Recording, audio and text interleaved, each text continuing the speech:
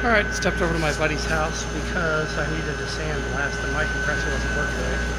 This is the big hot sandblast we have. Obviously his house is a little different than most because most people don't have that in their house. He does. He owns the body shop. But this stuff was all pickled steel when I got it, and it had that bluing on it.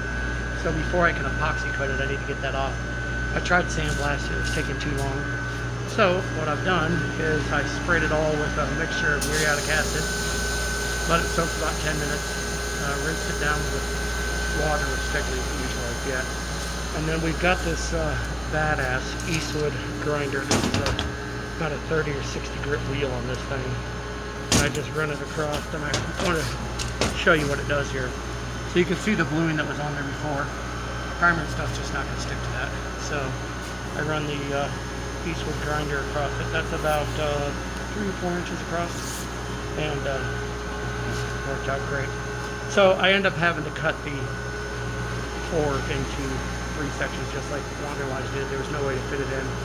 I also went underneath the bus and I drilled through the existing holes that were in the angle iron up into the new floor. So I used all the same holes. You can see it all along the side here. That way it'll still look factory. And it will bolt down securely. I've got to go pick up the angle iron. I'm adding 3 34-inch sections so that a piece of angle iron will come together, and this will lay on it at the seam of each piece, so each seam is supported. We were able to do that. So it's coming along. Again, this is a slow process. I'm going to apologize up front. This video is pretty dark, and let me show you why it's dark. It's because we are redoing the offices at the body shop. So everything's gutted out. But I seized a corner and I got the panels for the bus bed lined. So this stuff is called rock hard bed liner, all one word. We had used this several years ago. These are the containers that it comes in. There's not a big presence with them online, so I don't know if they're still around.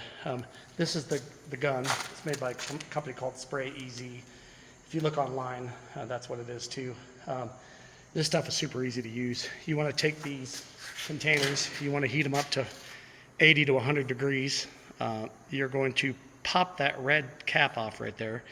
You're going to pop the white cap up underneath it, and you need to measure it with a laser gun to make sure it's 80 to 100 degrees.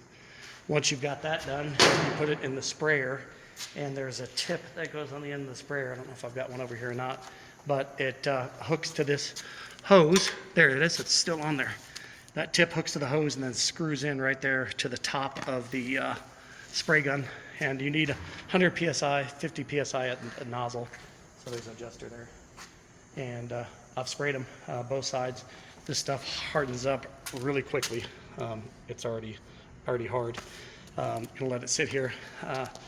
Did something kind of interesting. I'm gonna show you guys when I get back to the shop. But I did a out-of-the-box idea for the tray that goes beneath our dump valves. There's that plastic tray there, and I have done something a little different for those. But I went through, I pre-drilled all of the holes, again using the existing holes that were in the angle iron. Today I cut 3 cross members that will be welded in, and they'll go on each of the seams of these. But just wanted to show you this for right now. Came out super great, and hopefully that'll keep it from rusting again. Tomorrow I'll get the inside walls of the bus.